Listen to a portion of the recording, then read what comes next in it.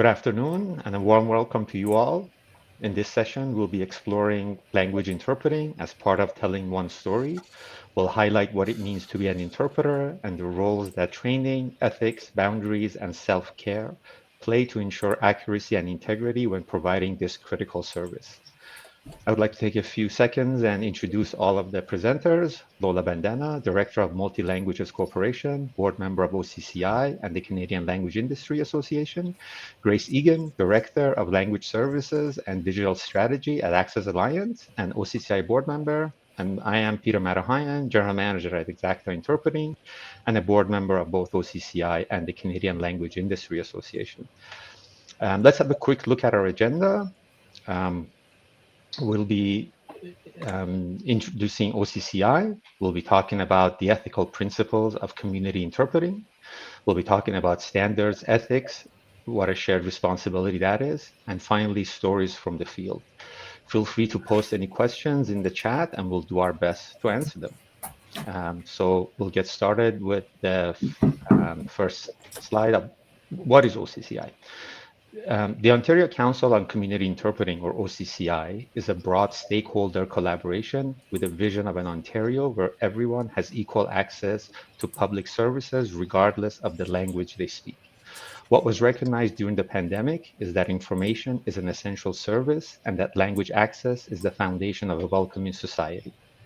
It is OCCI's mission to oversee the professionalization of interpreters working in the community and public services sector in Ontario and across Canada.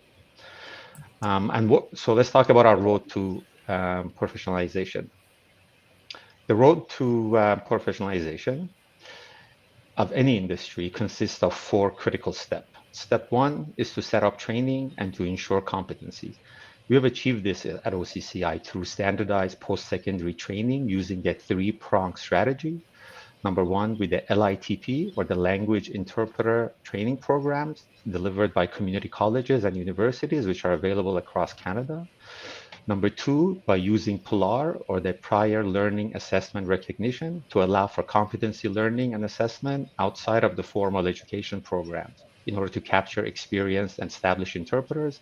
And finally, to ensure continuous learning by way of professional development hours that are required annually. Step 2 would be to qualify individuals using an established accreditation system. Professional community interpreters need certification or recognition in legal, healthcare, social services, education, and private sectors across the provinces and Canada. The title of an accredited community interpreter, or ACI, is that credentials for the interpreters. The interpreters accreditation framework is well established, and so far, close to 200 interpreters have been certified with the ACI designation over the past 9 years. Step 3 is the creation of a national standard guide to ensure quality, transparency, and accountability. National Standards for Community Interpreting Services, or NAGCIS, was created just about 20 years ago in 2003. And as a guide to ensure, it was developed as a guide to ensure quality community interpreting services.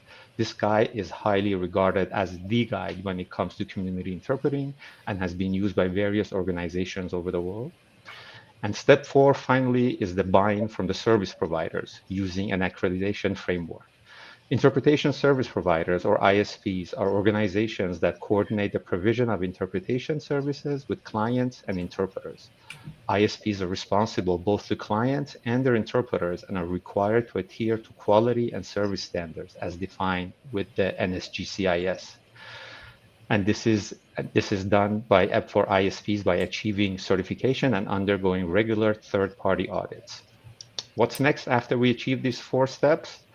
Well, once we've achieved all these steps, we need legislation and we need regulation in form of champions to forward this initiative. If anyone is interested in more details, please contact us. And now Grace will provide an overview of the ethical principles of community interpreting. Thank you. Hi, so thanks, Peter. So what we're going to do is just talk about one of the cornerstones of our accreditation framework, and that is the 8 ethical principles in the National Standard Guide. And as we go through these 8, we're just going to ask everyone in the audience to think about how these can support you in your work as interpreters, or if you're on the other side, how this would ensure that you have a good communication in a situation where you don't share a language. So taking a look first at accuracy and fidelity, this is really about honoring and preserving the meaning of the message. So just being accurate and faithful to what is being said. Next, we have confidentiality. And this is really about protecting the privacy of everyone present and the confidentiality of the information. Next, impartiality. This really just boils down to not letting any bias or preference get in the way. So we all have some unconscious biases, but we leave them at the door when we're there as the interpreter. Next, respect for persons. So even though this says respect for persons, the first thing is respecting the encounter. And then out of that, you are honoring the dignity of everyone present. Next, we have maintenance of role boundaries. So 3 important points to this one. One is protecting the professional integrity. Next, this one isn't just about the interpreters, but it's about everyone present. It's reducing the exposure of a risk or liability. And so when the interpreter is staying within their role, then everyone's risk and liability is reduced. And then lastly, and this one is definitely about the interpreters, having role boundaries is really there to help support the emotional well-being and the physical safety of the interpreter. So there are many facets to this, and it's not solely about having a defined role, but what a defined role can help to achieve. Now, accountability. So again, 3 parts to this one. So first, at the immediate level, you've got accountability to the quality of the work in the moment. Then at a slightly higher level, you've got accountability to the role of the interpreter. And then at an even higher overarching level, accountability to laws and standards that regulate or oversee the industry and the profession. Lastly, we have an ethical principle of professionalism.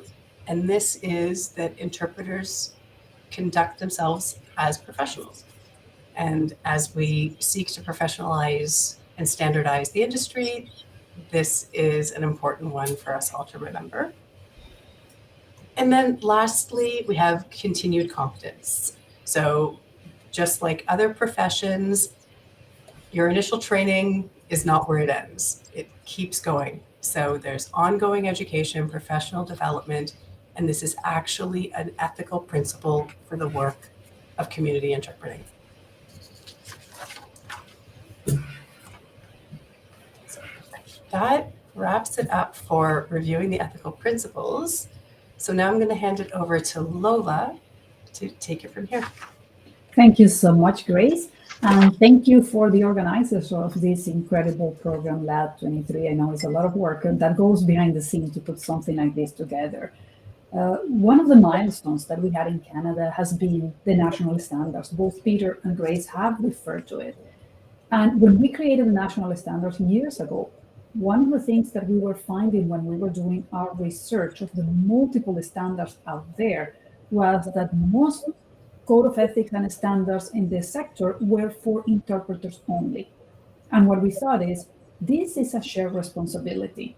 It is not on the shoulders of interpreters. The quality of interpretation resides in a lot more than the interpreter. And why? Clients, you can see here, all the parties, the clients have different levels of responsibilities beyond providing an address and a time for a meeting. The client has the responsibility to let the ISP and the interpreter know of any potential risks that are out there, of providing information about the encounter so the interpreter can prepare and research, of following the code of ethics. And one example is that we have used multiple stories in the interpreting arena is when the client expects the interpreter to hold the baby, or expects the interpreter to fill out forms with the client or the patient without the service provider. So those are absolutely outside of those role boundaries that we are speaking, and it's extremely important that the client educate themselves and basically do their part. Also, the ISPs. Peter mentioned ISPs is interpreting service providers. This could be private sector organization, could be non-for-profit ISP, or could be a department within an institution. So the ISP has responsibilities towards the clients and towards the interpreters as well. To the client, book and hire the best qualified people out there, the best qualified interpreters. And why? If there is a language of lesser diffusion where you do not have the necessary qualification, the responsibility is to disclose that information and say, for so-and-so language, we don't have someone who has the criteria as established in the national standards, or what is required depending on where are you located. I understand there are people from outside of Canada here, so whatever the standards are, very important to disclose that information. To brief the client about how to effectively work with interpreters. This is also essential because the clients, they are experts at what they do. They are not experts at language. So it is important that some of us, either the ISP, the interpreter, educates the client about it, right? And also following up with the agreements. What are those agreements that you have with the client? In terms of the responsibility of the ISPs to the interpreter is, of course, first and foremost, provide detailed information about the assignment so the interpreter can prepare for it or can accept or not, right? If the interpreter is prepared to do that. Look at the working conditions. What are those working conditions for that particular assignment, or what can the ISP do about it, if anything? Pay and on time, of course, or according to the agreement, have an agreement with the interpreter. And last but not least, the interpreters. The interpreters have responsibilities towards the clients, towards the ISPs. The ISPs could be their clients. And it goes to the code of ethics. It goes related to what Grace was saying about limitation of practice. Are you able, as an interpreter, to do the work to the highest level of competency? Can you, render that information with full accuracy? That is very important for an interpreter to know before accepting an assignment, right? Participate in professional development activities. That is essential because you need to keep up with whatever is going on. Ask information about the assignment. You want to be curious. Those are part of responsibilities the interpreter has in case the client or the ISP do not provide the information to you, right? Comply with your schedule. If you accept an assignment, and this is a big topic of discussion, and it has been in Ontario, and it happened that you like another assignment that comes later on that you like it better, is closer to home, or it has more hours. Part of the code of ethics is you stick to your original commitment unless it's a real emergency. And I would add that one that is also on the standards, but we should have more details on this. One of the responsibilities of the interpreters is towards themselves. How do I take care, if I'm an interpreter, how do I take care of myself emotionally, physically, professionally? That is also responsibility. So as you could see, this is the whole professionalization and the whole quality of interpretation relies on that collaboration. It's not one person or one organization will have the final say. All of us together are the ones who need to move this forward. And in order to give an example of how this works, we have selected some stories. Peter, Grace, and myself will share some examples that shows in challenging times or some specific circumstances how important it is that we do have a code of ethics, that we follow the national standards, and that we work with professional interpreters. And the first case is the one that I'll share. So we had some years ago, there was a medical encounter. The doctor tells the parents of a child, this is a pediatric encounter, the doctor tells the parents that there is nothing else that can be done for this child. Basically, the child is going to die. Obviously, no one knows when, but that is the prognostic that the doctors are telling the parents. At that moment, the mother has an emotional breakdown. She starts screaming and she starts saying that she's going to kill herself. During this interaction, we have a professional interpreter working there. As this encounter develops, the clinic that is, seeing this child decides that the mother cannot be just sent home. Someone has to take care of this mother. And they send the mother to a hospital nearby. Now they ask the interpreter to go with the mother because the mother doesn't speak English. So the interpreter goes, and you are already thinking and seeing so many things that are or could go wrong in this scenario. One of the first one. After this assignment is done, the interpreter calls us and says, I don't want to ever work on a pediatric encounter. This interpreter had kids at the time and similar ages. So we can see how even a professional interpreter is having a very strong emotional response to this situation. Imagine how would that be if this was a volunteer or a family member, right? Because it's a very intense emotional situation. This has, of course, an impact not only in the emotional response of the interpreter, but also in the financial piece, because it's limiting the number of assignments, is reducing the amount of money that this person can make. The other thing is the debrief. In these cases, a debrief is extremely important, and Grace will share a little bit more on that. And that's what, we know that interpreters end up having, vicarious trauma, secondary trauma from living these experiences with the patients, with the people at court that have, intense emotional situations. And of course, it creates that ethical dilemma for the interpreter. Can I share this information with someone? Like, who else can I share? Confidentiality piece, right? So as you can see, and I'm not going to go in detail, but we can argue that in one of these cases, all of the ethical principles can be at stake, right? And the importance of proper training. So what can we learn from this? How can we make sure that the training, we continue to train so we can protect interpreters from having to deal with similar situations? In this case, logistically, which is probably the least important in this case, but still to consider, our client was not the hospital where the mother went. Our client was this other clinic. And the interpreter was booked to do one assignment and ended up doing two and even extending the time.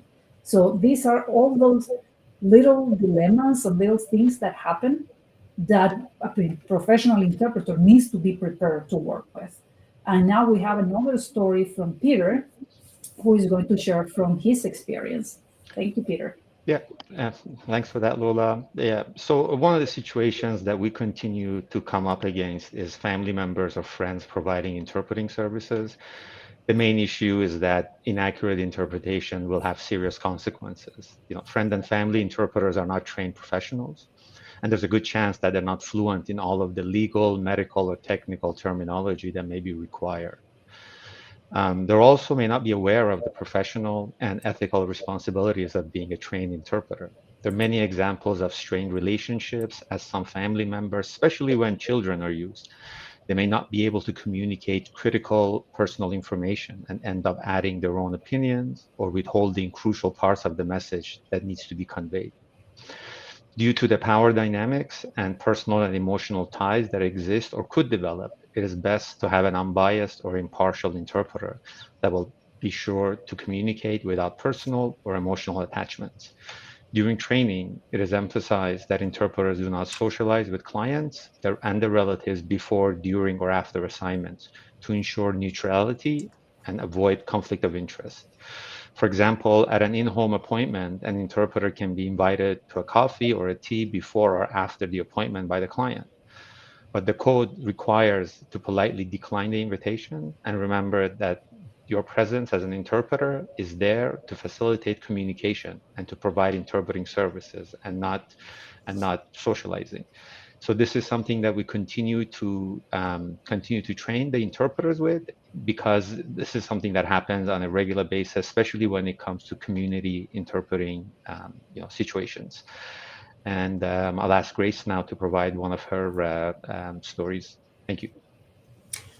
Hi. So as Lola was mentioning the debrief opportunity, it is really important that interpreters find opportunities to share in a way that protects the confidentiality of the information from the encounter, but to share with other interpreters about emotionally challenging encounters that they had or just tested their ethics.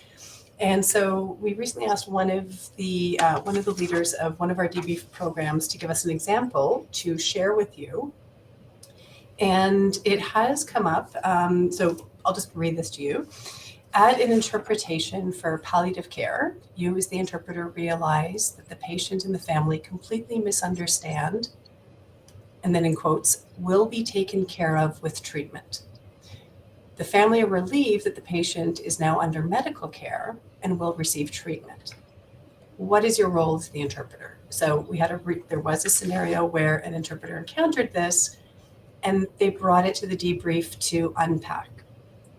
Now, where our ethical principles can really help us in this framework is we know that it's outside the role of the interpreter to check in for comprehension or to make an assumption about whether someone has understood something or not.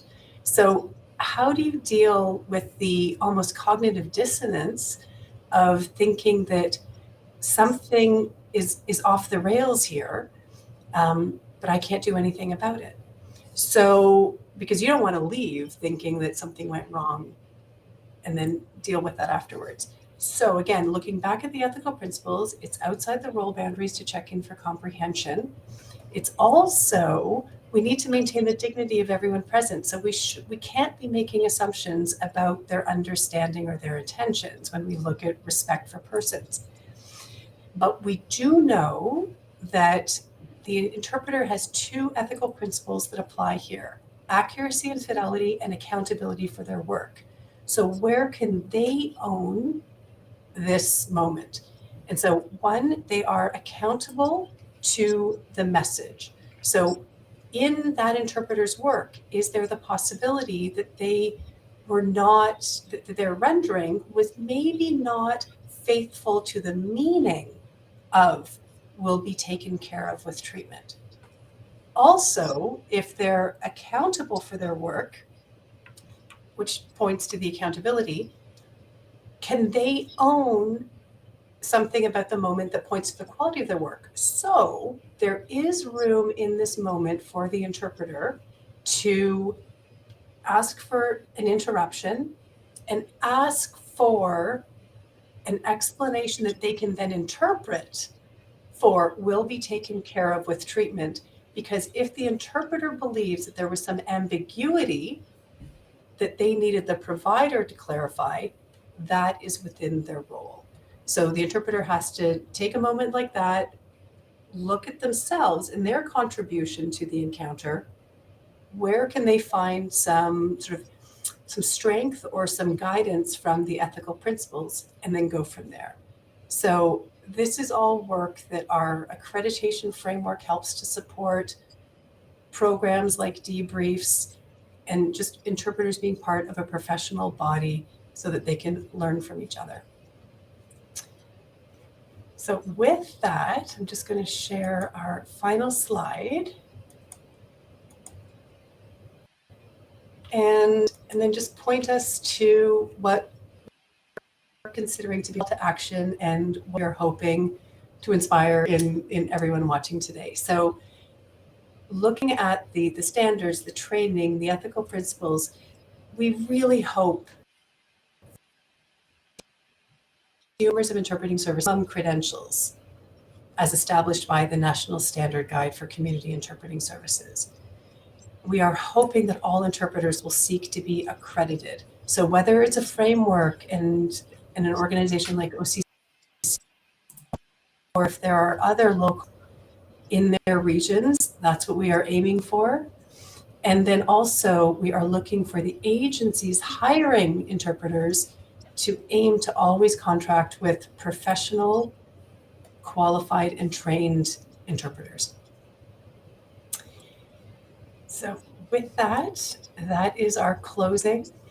And On behalf of the team at OCCI, thank you so much for the opportunity to share. Thank you to the interpreters who are supporting our message today to reach more audiences.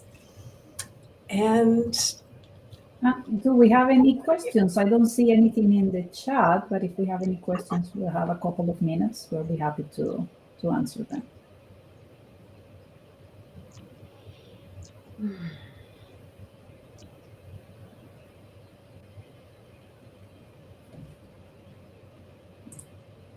Okay, it seems we have no questions. So thank you so much. It's a pleasure to be here. Thank you. Yeah, thank you. thank you.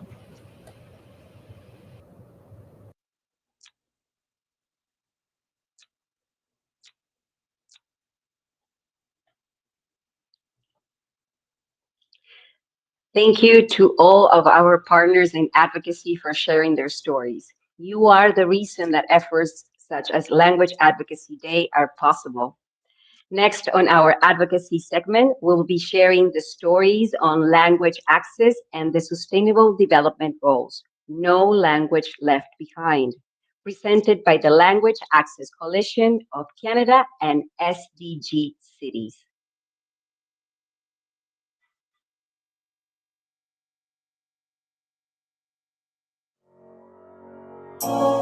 Sustainable Development Goals and Language Justice. In 2020, the United Nations extended the targeted completion date for Sustainable Development Goals, or SDGs, by 2030. SDGs, 17 interlinked global goals guiding local and international efforts of 191 UN member states, Canada included, are meant to address a range of issues, from environmental, health, and gender equality to education and poverty. The UN defines SDGs as a shared blueprint for peace and prosperity for people and the planet now and into the future. Their aim is to put the most vulnerable populations front and center, and this implies multilingual access.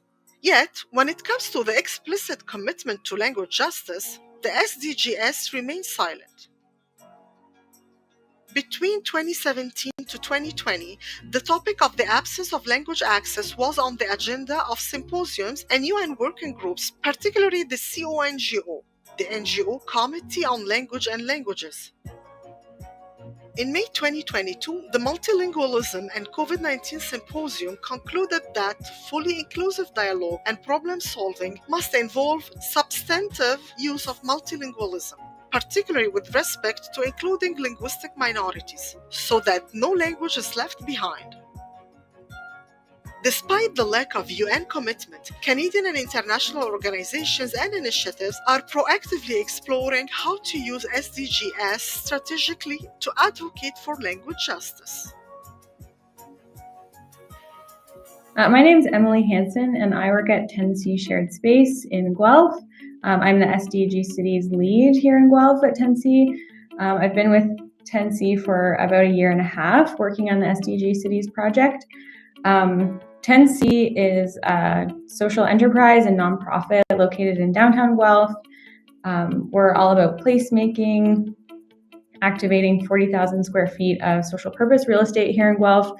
That includes the Guelph Farmers Market, a commercial kitchen here at our main headquarters, co-working office space, community event space, lots of action and activities going on here at 10C when it comes to placemaking. We also do a lot of community programming, and that includes leading projects like SDG Cities, which is the main project that I work on, in collaboration with lots of partners in Guelph and Wellington County and other communities. So my work is really about creating awareness of the SDGs amongst local stakeholders, helping to gain knowledge about the SDGs and how they can work locally. We're building networks of people and organizations working towards the SDGs at the local level, and also giving people really tangible skills and experiences to be involved in local SDG action. The SDGs are really a call to action for the global community. So they were developed through global consultation that involved communities, organizations, and individuals across all sectors.